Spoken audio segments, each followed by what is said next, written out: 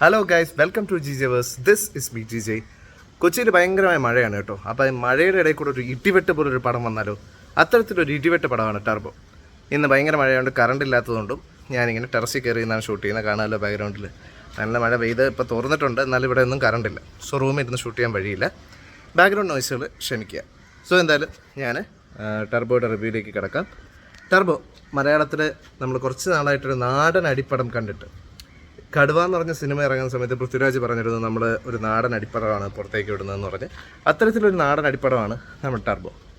So ഇതിന് writing നമുക്കറിയാം Mithun manual Thomas. Mithun മാനുവലിൻ്റേതായ കുറച്ച് സംഭവങ്ങൾ നമുക്കറിയാമല്ലോ. കുറച്ച് ത്രില്ലർ ജേണറിൽ വരുന്ന സിനിമകളാണ് കൂടുതൽ നന്നായിട്ട് എഴുതുന്നത്. പിന്നെ ഹ്യൂമർ എന്ന് പറഞ്ഞ സാധനം കൈകാര്യം ചെയ്യുന്ന വിധവും നമുക്കറിയാം. സോ ഇതിനകത്ത് അങ്ങനെ തന്നെയാണ്, ഹ്യൂമറസ് ആയിട്ടുള്ള കുറച്ച് നാടൻ അടിയൊക്കെ ആയിട്ടുള്ളൊരു പടമാണ്.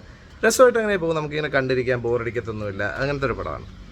സോ ഇതിലാദ്യം നമുക്ക് പറയാനുള്ള പോസിറ്റീവ് എന്ന് പറഞ്ഞാൽ മമ്മൂട്ടി നമുക്കറിയാം. മമ്മൂട്ടിക്ക് നമ്മൾ ഇതുവരെ കണ്ടിട്ടുള്ള എല്ലാ പടങ്ങളിലും സൂപ്പറായിട്ടാണ് അഭിനയിച്ചിട്ടുള്ളത്. പ്രത്യേകിച്ച് അഭിനയം പ്രൂവ് ചെയ്യേണ്ട കാര്യമൊന്നുമില്ല. ഈ പടത്തിലാണെങ്കിൽ ഒരു എന്താ പറയുക, ടർബോ ജോസ് എന്ന് പറഞ്ഞിട്ടുള്ള ഒരു നാടൻ അടിക്കാരൻ, അതായത് നാട്ടിൽ പെരുന്നാളൊക്കെ നടക്കുമ്പോൾ അവിടെയൊക്കെ എന്താ പറയുക, നമുക്കിപ്പോൾ ഒരു നരസിംഹത്തിൽ അച്ചുവേട്ടൻ എന്നൊക്കെ പറയില്ല. അപ്പോൾ അതുപോലത്തെ ഒരു ക്യാരക്ടറാണ്. നാട്ടിലെ എല്ലാവരുടെയും ആവശ്യങ്ങൾക്കൊക്കെ കൂടെ നിൽക്കുന്ന ഒരു പറ്റം സുഹൃത്തുക്കളൊക്കെ ഉള്ളൊരു ക്യാരക്ടർ. പക്ഷേ ഈ ക്യാരക്ടറിന് ഒരു വ്യത്യസ്തമായ ടെറൈനിൽ കൊണ്ട് പ്ലേസ് ചെയ്യുന്നുണ്ട്. അവിടെ മുതലാണ് ഈ സിനിമ മാറുന്നത്. ഓക്കെ, ഈ സിനിമ ആദ്യം തുടങ്ങുമ്പോഴത്തേക്കും നാട്ടുമ്പുറം കാണിക്കുന്നു, പിന്നെ ബിന്ദു പണിക്കരാണ് അമ്മയുടെ വേഷം ചെയ്തിരിക്കുന്നത്. എല്ലാം കൊണ്ട് നല്ല എൻ്റർടൈനിങ് ആയിട്ട് ഇങ്ങനെ പോവും സിനിമ. വലിയൊരു എന്താ പറയുക, ബോറടിക്കാതെ അങ്ങനെ മൂവ് ചെയ്യും ഫസ്റ്റ് ഹാഫിൽ. പിന്നെ ഇതിനകത്തേക്ക് നമ്മുടെ മറ്റേ പാച്ചു അത്ഭുത വിളക്കിലെ നായികയാണ്. ആ നായിക തന്നെയാണ് ഇതിലെയും നായിക ക്യാരക്ടർ ചെയ്തിരിക്കുന്നത്. ആ നായികയുടെ വരവോടുകൂടി സിനിമയിൽ കുറച്ച് മാറ്റങ്ങളൊക്കെ വരികയും അങ്ങനെയൊക്കെയാണ് സിനിമയുടെ കഥ പോകുന്നത്. കഥ കൂടുതൽ റിവീൽ ചെയ്യുന്നില്ല, കാരണം ഒരുപാട് സംഭവങ്ങളുണ്ട് പറയാനായിട്ട്, ഒരുപാട് ഉണ്ട്. ബാങ്ക് തിരിമറികൾ അങ്ങനെ കുറേ ഉണ്ട്. അപ്പോൾ അതിനെക്കുറിച്ച് കൂടുതൽ പറയുന്നില്ല.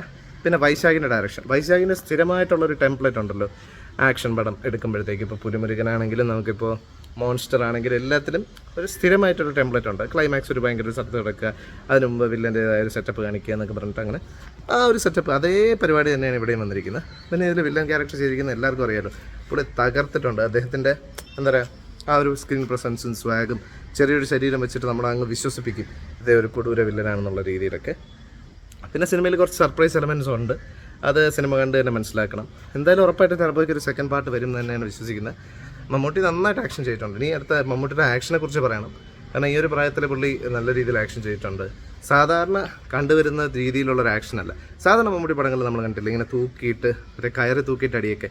ഇതിനകത്തും കയറ് തൂക്കിയിട്ട് അടിയൊക്കെ തന്നെയാണ്. പക്ഷേ ഇതിൻ്റെ അകത്ത് ആ ഓരോ ഇടിക്കും കിൻഡൽ വെയിറ്റാണ്. ഇപ്പോൾ നമ്മുടെ പെപ്പയുടെ ഇടിയൊക്കെ നമ്മൾ പറയത്തില്ലേ, കിൻഡൽ കണക്കിനുള്ള ഇടി എന്നൊക്കെ പറഞ്ഞ്, മറ്റേ ആവേശത്തിൽ അമ്പാൻ, അതൊക്കെ പോലെ നമുക്കിനി പറയാം. ടർബോ ജോസിൻ്റെ ഇടിയും ഒരു കിൻഡൽ ഇടി തന്നെയാണെന്നുള്ള പറയാം. പിന്നെ ടർബോയിൽ എടുത്ത് പറയാനായിട്ടുള്ളത് നമ്മുടെ BGM ചെയ്തിരിക്കുന്ന ക്രിസ്റ്റോ സേവിയറാണ്. ക്രിസ്റ്റോ സേവിയറിൻ്റെ BGM എന്ന് പറഞ്ഞാൽ ഈ ക്രിസ്ത്യൻ ബേസ്ഡ് സോങ്സും എല്ലാം വെച്ചിട്ടുള്ള നല്ല രസമുണ്ട്. പിന്നെ ഒരു എഞ്ചിൻ്റെ ശബ്ദമൊക്കെ കേൾപ്പിച്ച് മമ്മൂട്ടി വരുമ്പോഴേക്ക് ആ ടർബോ എഞ്ചിൻ്റെ സൗണ്ടൊക്കെ കേൾപ്പിച്ചിട്ടുള്ള ഒരു BGM ആണ് ചെയ്തിരിക്കുന്നത്.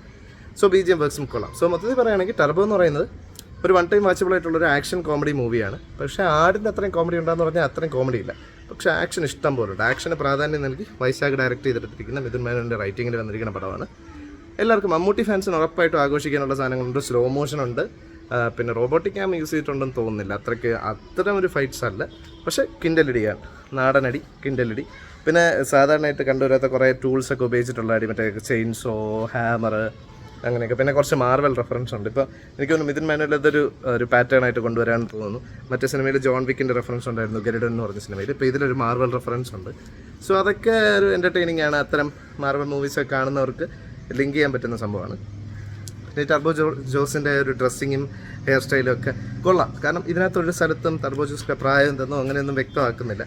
ഒരു അമ്മയെ സ്നേഹിക്കുന്ന ഒരു നാട്ടിൻപുറത്തുകാരനായിട്ടുള്ള ഒരാൾ, അദ്ദേഹത്തിൻ്റെ പാസ്റ്റ് സ്റ്റോറിയൊക്കെ ചെറുതായിട്ടൊക്കെ പറഞ്ഞു പോകുന്നുണ്ട്. ടർബോ 2-നായിട്ടുള്ള ഒരു ലിങ്ക് ഈ സിനിമയിൽ എടുത്ത് വെച്ചിട്ടുണ്ട്. പിന്നെ ഇതിൻ്റെ അകത്ത് ദിലീഷ് പോത്തനുണ്ട്. ദിലീഷ് പോത്തൻ നല്ലൊരു വേഷം ചെയ്തിട്ടുണ്ട്. ബാക്കി അങ്ങനെ ഒരുപാട് ആക്ടേഴ്സ് ഉണ്ട്, ഒരുപാട് ആക്ടേഴ്സ് വന്നു പോകുന്നുണ്ട്. ഒരുപാട് മെയിൻ സ്ട്രീമിൽ വന്ന ഒരുപാട് നടന്മാരുണ്ട്. പിന്നെ അത്രയും പരിചയമില്ലാത്ത കുറച്ച് ആക്ടേഴ്സിനെയൊക്കെ കാണാം. മൊത്തത്തിൽ എന്താ പറയുക, ഒരുപാട് ആക്ടേഴ്സിനെ കൊണ്ടും ഒരുപാട് ആൾക്കാരെ കൊണ്ടും നിറഞ്ഞ ഒരു ബിഗ് ബഡ്ജറ്റ് പടമായിരുന്നുള്ള ഒരു ഫീൽ വരുന്ന മമ്മൂട്ടി കമ്പനിയുടെ ആദ്യത്തെ ഔട്ട് ആൻഡ് ഔട്ട് ആക്ഷൻ പടമാണ്. ഫുൾ ആക്ഷനാണ്, ഫുൾ കോമഡിയാണ്. സോ നിങ്ങൾക്കിപ്പോൾ തിയേറ്ററിൽ പോയിട്ട് അത്തരത്തിലൊരു പണ്ടത്തേക്കൊരു ടൈപ്പ് പടം ആസ്വദിക്കണം, അതായത് ഒരു ഫുൾ ആക്ഷൻ കോമഡി ഒരു പടം ആസ്വദിക്കണം എന്നുണ്ടെങ്കിൽ ഉറപ്പായിട്ട് പോകാം. ഞാൻ ഈ സിനിമ പറയുകയാണെങ്കിൽ ഒരു മോഡേൺ ഡേ പോത്തൻ വാവ എന്ന് പറയാം. പോത്തൻ വാവയിൽ അമ്മയ്ക്ക് സ്നേഹമുള്ള, അമ്മയോട് സ്നേഹമുള്ള മകൻ, അത്തരത്തിൽ ആ ഒരു ടെംപ്ലേറ്റാണ്. ഇപ്പം മുടിയുടെ സ്റ്റൈലാണെങ്കിൽ എല്ലാം ശ്രദ്ധിച്ചു കഴിഞ്ഞാൽ പോത്തൻ വാവയുടെ ഒരു സ്റ്റൈൽ തന്നെയാണ് പിടിച്ചിരിക്കുന്നത്.